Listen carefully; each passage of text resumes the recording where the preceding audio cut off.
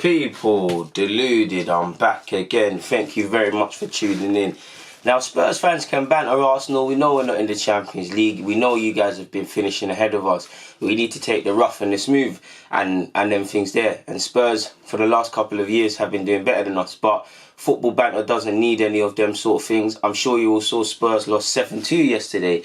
Madness, people. Absolutely. You can't write up the scorelines because although it was 7-2, at 4-2, I did think Spurs could get 2 goals because it just, like, even if you saw a couple of newer saves, he's getting angry at his teammates. They're allowing too much space. For the neutrals, it was a good game.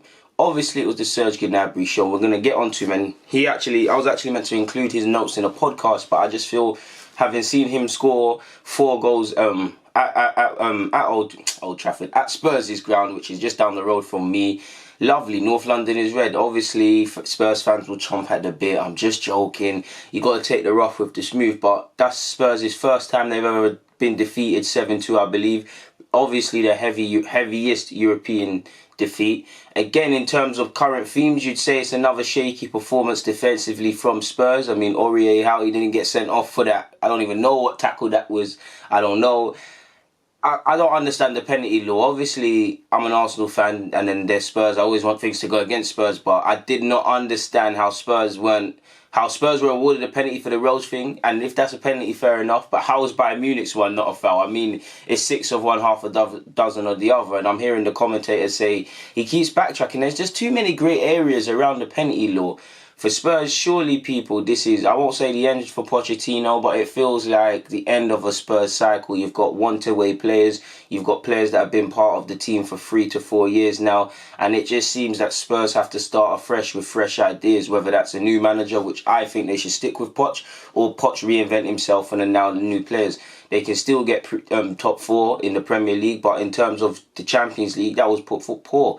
They can still get out of that group, and they probably will, but it's a damaging performance for the fans, for players' confidence, for guys like Lloris, who I know he'd done that Cruyff turn at the weekend, but he conceded 7 goals. If a team concedes 7 goals, it's never just the keeper's fault. I think Ndombele played well, but he tired out towards the end, and clearly he's a very good signing for Spurs, and he might even be 10 times more important for Spurs, considering what I've just said about cycles and whatnot, and all these things.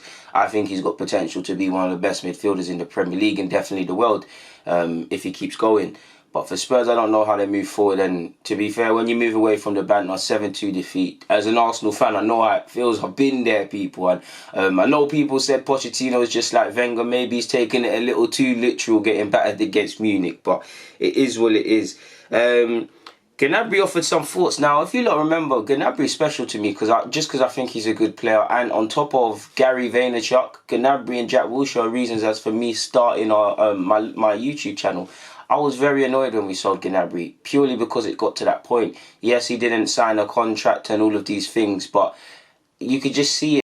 Apologies for that, people. Always make sure your memory card has sufficient storage. I should really know this with making over 3,000 videos. Apologies for ruining the quality of the video. But back to where I was in relation to Gnabry. Couple of things.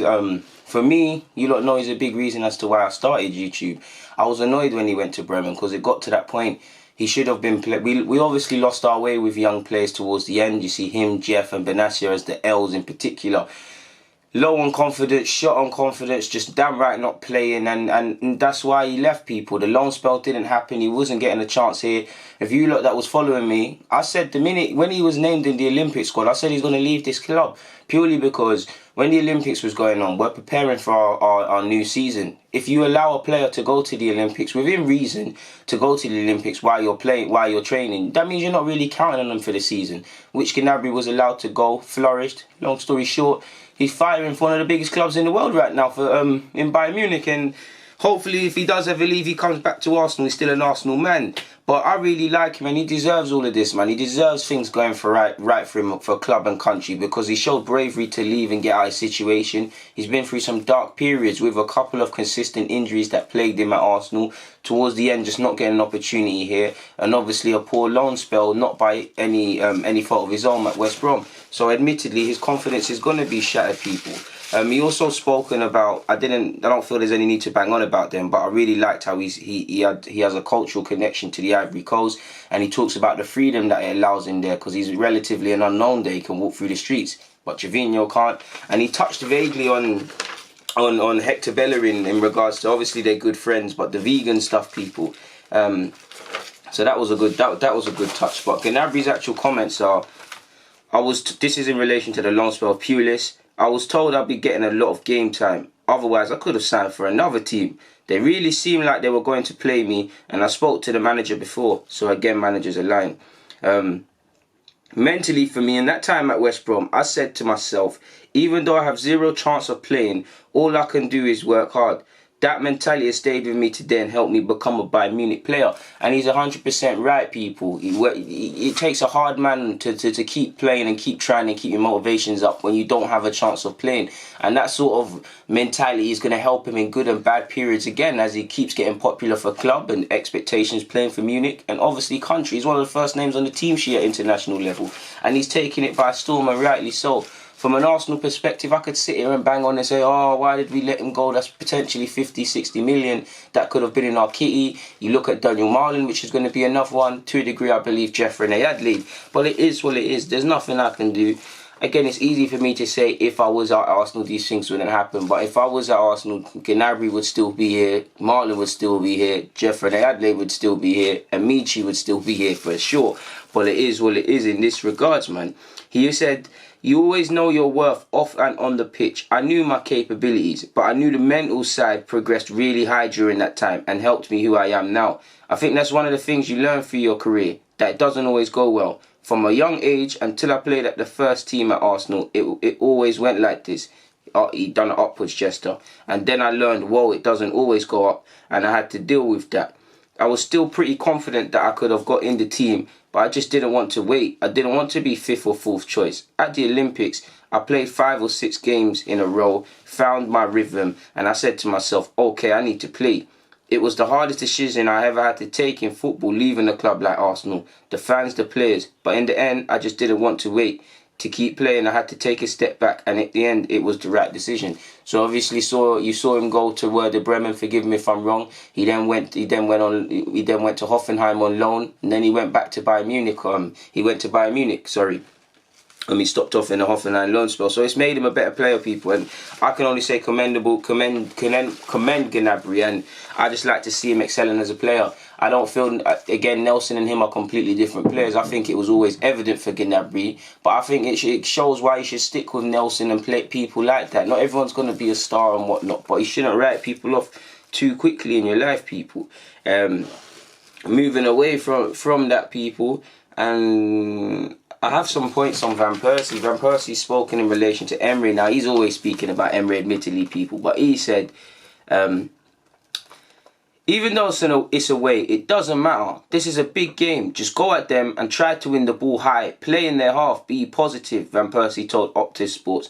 I would like to see a better game plan. It's like in the first 25 minutes of the game, you could see they were dropping back a lot, quite deep. If you choose as a coach and as players to do that, it's fine. But you then need to have runners. You need to have at least 2 runners once you get the ball, which I didn't see. That's 100% sure facts, people, really and truly. This is in relation to our United game. Obviously, this is in relation to the tactics. And I believe Van Persie has been quite vocal on the tactics at Arsenal. And I can't lie, he's been quite right, people, to be fair. So I thought I'd mention that. We also have to talk about Emery's reluctance to play creative players. He likes creative midfielders as a sort of peripheral figure within the squad to be utilised for the last 25 minutes or for a period in the game, or really where there's no real pressure. When the pressure's on and you've got to play a game you must win, or a sort of tactically based game, he puts the mental handbrake up and quickly takes the creativity out of the side, really. And for me, if you're reluctant to play, okay, Mesut Ozil's a well-documented case, but Dani Ceballos in that role, or even at push Joe Willock, it says something about our tactics. Give and take. I like how Emery thinks about the opposition and stuff, but then at the same time, you need to stamp your authority on what you're going to do in the game and whatnot. So I thought I'd mention that. Ian Wrights actually said, no Ozil, no Dani Ceballos, creative midfielders, nobody really to get the ball and control the game from an Arsenal perspective. So they can get on the ball and maybe get their play. Oh, forget that, people. They didn't even copy. I thought that was part of the whole Van Persie thing. That's Ian Wright. Sorry, your comments in regards to this are irrelevant right now. But That's all I wanted to say, people, really and truly, man. I mean, long live Serge Gnabry. I like to see him go from strength to strength, people, man. And players, not just Arsenal former players or youth players or anyone in general, should use his story as motivation, man. It doesn't matter how good you are, football's a game of opinions. I knew Gnabry had talent, you lot did, or probably did as well. Tony Pulis was the man at a point that had the decision to make, and for whatever reason, I can't see why, and it's just an L for him. He didn't want to play him. And for me, as a young footballer in grassroots days, I had an issue dealing with opinions because I thought quite highly of myself. I didn't think I was the best, but I thought I was reliable, consistent and competent. So if I didn't necessarily play games or start games, I saw it as you don't believe in me and all of these sort of things there. And he's used it to prove people wrong. Right now, Tony Pulis looks like an idiot. You was playing Steve McManaman and them man there ahead of Gnabry. You look stupid now. You don't have a leg to stand on. You look almost as stupid as Stuart Pearce saying Bergkamp's a waste of money and these sort of things there. Well, it is what it is, man.